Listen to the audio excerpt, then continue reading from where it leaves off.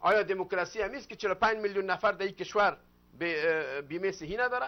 آیا دموکراسی همیست که دخترای مردم ریپ شوه؟ آیا دموکراسی همیست که زن و مرد زنا که زنا ازدواج کنه، مردا که مردا ازدواج کنه؟ این طرف منفیش هست.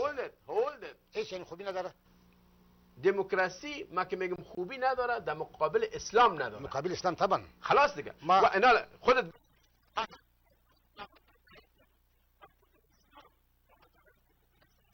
پس ما میگیم که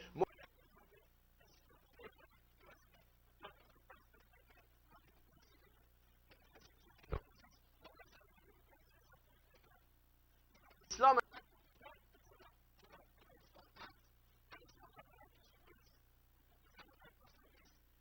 بیان و کلام شورا که گپ زدن. بله. و همین کلمه پارلمان، فرانسویش پارلمان و انگلیسیش پارلمنت، یعنی از پغله آمده. پغله یعنی گپ زدن. از خود مسلمان ها اینا گرفتن. من نمیفهمم که دکتر ما و ماستر ما و پوهاند ما در پشت جون میشنه و از دموکراسی صحبت میکنن و من در این پروگرام همراه حبیب جان هستم. تمام دکتر صاحبا را دعوت میکنم که در این تلویزیون بشینین بگوین که در اسلام چی کمبود است که شما پشت دموکراسی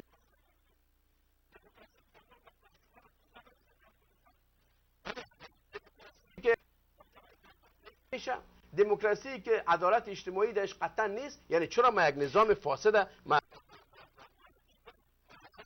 کس ما فکر کنم کسی گفته باشه ایدا کده بکنه که دموکراسی بالاتر از اسلام است. هیچ کس چرا اسلام نمیگه؟ نه ما رژیم های اسلامی داریم. فرضاً رژیم اسلامی ایران، رژیم اسلامی یک چیز در اسلام نیست. نه گپ اینجا شما گفتید که باید این معنا نیست. اعتراض حبیب جان که ما مردم تحصیل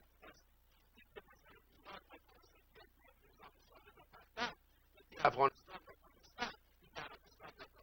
این به این معنا نیست که ما گوپ کنیم و دموکراسی غربی را از نگی خود بیاریم و از اسلام تیر شویم. نه، اسلام بالاتر از دموکراسی است. صحیح. این خب کسی نفی نمیکنه. وقتی که بالاتر از دموکراسی است و در اسلام عدالت اجتماعی است و در اسلام تمام نت و بولت که در ساخت و بافت که در دموکراسی غربی است به بسیار نحو بید ای که ما ضعیف هستیم، نمیتونیم یک نظام سالم اسلامی رو بیاریم. این به این معنی است که من از این خاطر من کتاب افغانستان آزاد در پرتو اسلام 20 سال پیش نوشته کردم. چرا و کتاب دموکراتیک امپریالیسم، این کتاب دموکراتیک امپریالیسم دموکراتایزیشن ورسس اسلامایزیشن. یک نفر از افغانان نشد که بر علیش نوشته کنه که اینی گپ این غلط میگه. برای از اینکه اسلام بالاتر از دموکراسی است و کسایی که از دموکراسی فاسد غرب دفاع میکنن اونا اسلام نفهمیدن. دکتر شما بعضی اوقات از دموکراسی اسلامی نمیبرین. او چی هست؟ دموکراسی اسلامی اینمیست که امین برای از اینکه ما از یک طرف شما دموکراسی رو نفی میکنین. بله. باز میگین دموکراسی اسلامی. اینه ما باشون. بله. ما دموکراسی اسلامی را از خاطر میگم لغتش که همین چوکی مردم بر مردم از طرف مردم که امت اسلامی واقعا انچارج باشه.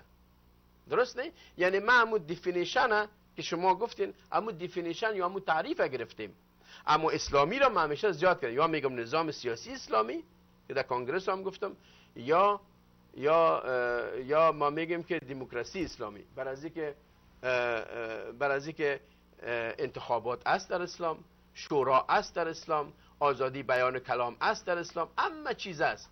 اما تمام بدبختی که در این 9 سال در افغانستان آمده ای از خیرات سر اینمی دموکراسی است که شما در اوجا بردین. دکتر صاحب شما همیشه میگین که افغانستان اشغال است. نه. شما از اشغال تعریف بکنین.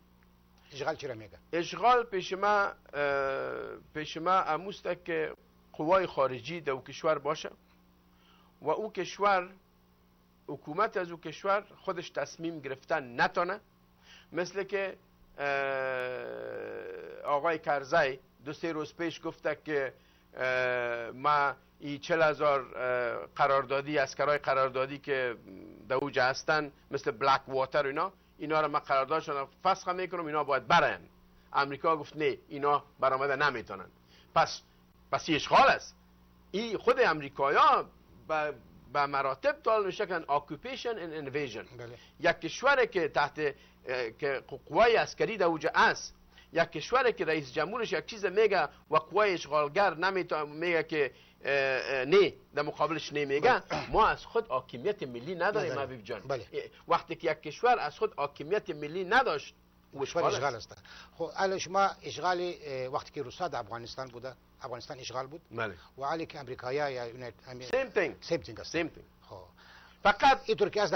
امو موره هایی که روسا را آوردن، این موره ها از طرف امریکا در اوج داده شد. خب کسایی که در مقابل اشغال روسا جنگ میکرد، بله. مجاهدین بودن. بله. و کسایی که فعلا در مقابل اشغال امریکا جنگ میکنن، اون چه هستن؟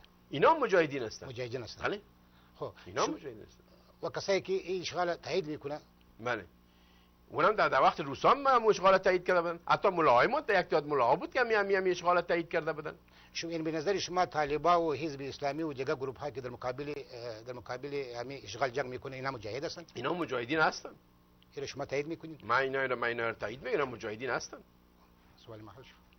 این گپ هیچ کسی تو با وزن نبود، شما بسر با نه من اینا شدید تایید، ما تایید از خاطر میکنم که اینا در مقابل یک قوه اشغال، ای که اینا چه قسم نظام باز میتونن بیارن، این مربوط ملت افغانستان است. ملت افغانستان باید تصمیم بگیره که چه قسم یک نظام اسلامی سالم که حقوق زنها تامین شوه، آزادی بیان کلام باشه، مردم در قوطی ها به نام اسلام نشن، این به دست خود ماست. اما فعلا ما برادر از یک موجود میترسم و او خداست. بله. فهمیدی جانم؟ مرگ حق است. کل نفس ذائقه الموت. یک دفعه آدم میموره. ما اگر به خاطر افکارم دیجا مرا CIA میبره و FBI میبره و موترم تکر میکنه و از تلویزیون مرا میکشن و از کارم مرا میکشن، ما افتخار میکنم ما به ناموس کسی چی نکردیم، پول کسی را نخوردیم، نمیفهمم وعده خلافی کسی را نکردیم، امانت. ما فقط افکار ما میگم. وقتی که افکار ما میگم باید برای که قرآن میگه شما حق بگوین، از باطل جلوگیری کنید. بله. پس چرا ما حق نگویم؟ یک کسایی که به نام عالم دین و نمیفهمم دکتر چطورکایی و بوهاند چطورکایی میشن در و گفته امریکا around the bushes و اینا نمیتونن که با جرأت بگوین که چی گپ است، این به خاطر است که یا خودشان توقع دارن که برن دوجه وزیر شون. من توقع ندارم که وزیر شوم، من توقع ندارم که حتی یک پیاده شوم در اون کشور. و اینا از خدا نمیترسن، ولی که اینا نمیفهمن که در دنیا از گفتار خود جواب میدن. بله. اینا از خدا نمیترسن.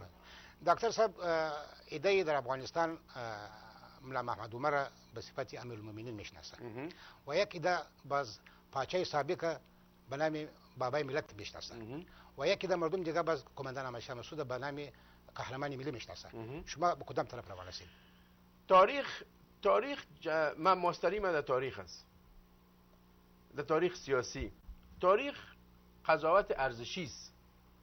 یک چیزی که مثلا داوود خان طور مثال برای بسیار مردم یک قهرمان است، برای بسیار مردم یک آدم کلشخ، یک آدم که پرچمیار دور خود جمع کرد، وام طرفداریش میکنن یا هم طرفداریش میکنن. لذا این قابل قبول است که طرفدارای ظاهرشاه او را بابی ملت ساختن، برای از اینکه ظاهرشاه دست خود کت ائتلاف شمال یکی کرد و همی امریکا را اجازه دادن که بیان و به قوت از اینا اونا رفتن. بله. پس باید حالا او 40 سال در غفلت زندگی کرده بود و باز 20 سال دیگه هم در وقت جهاد هیچ کدام کار نکرد. نظر من نه، حالا که رفته بود برای اینکه اگه ظاهرشاه نمیرفت ائتلاف شمال هم رفته نمیتونست.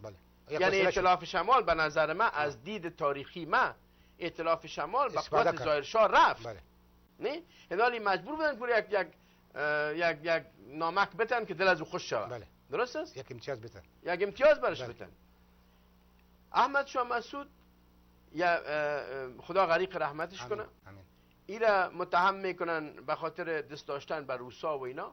نظر شخصی من است که احمد شاه مسعود قطعا به روسا و اینا، او با روسا یگانه شخصی بود بسیار شدید جنگید و یکی از اشخاصی بود که بسیار شدید در مقابل روس جنگید.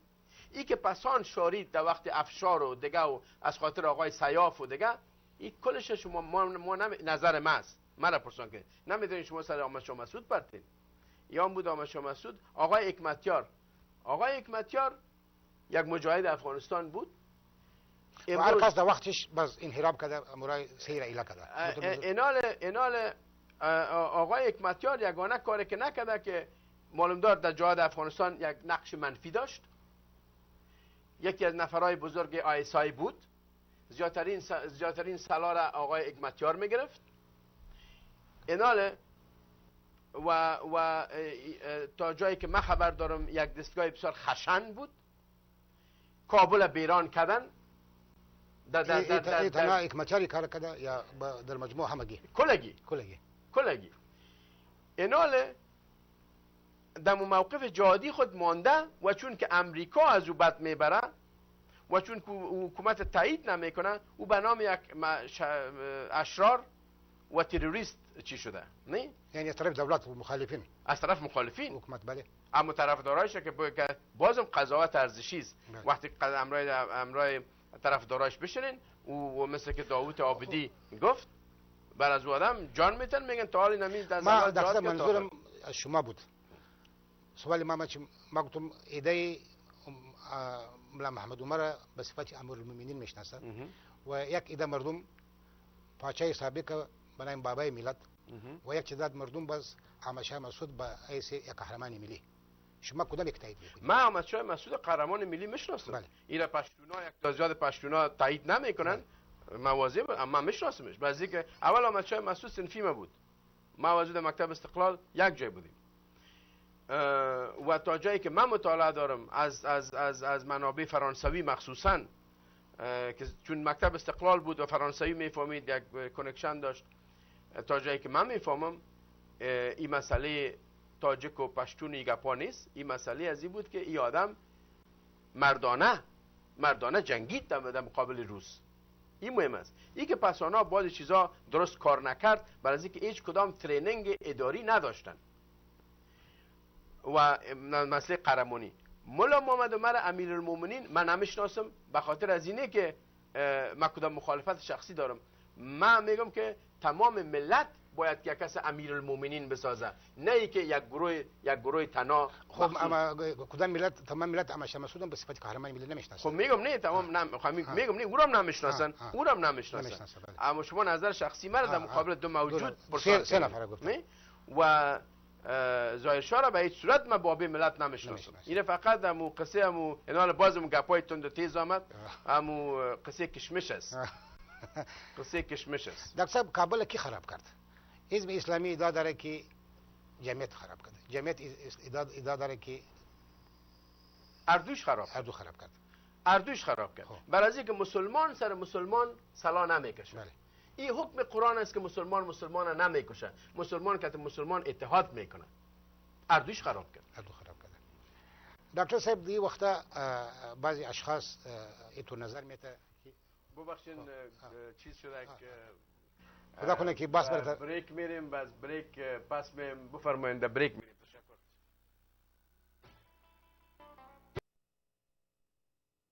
دوستان عزیز، همراه آقای حبیب اوتکی، یک جوان بسیار دانشمند و یک ژورنالیست بسیار مدبر، امروز همراه من مصاحبه میکنم.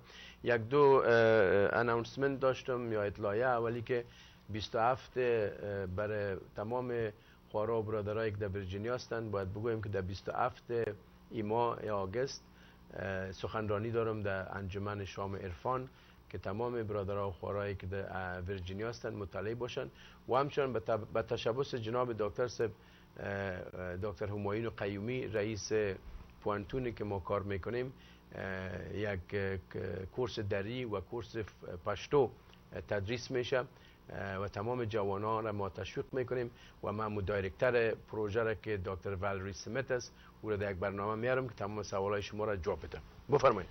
دکتر صاحب پیشتر سر دموکراسی آمدیم. یک سوال که به شما میکردیم، ما در تاریخ افغانستان یک دوره داریم به نام دهه دموکراسی که از سال 1342 شروع میشه تا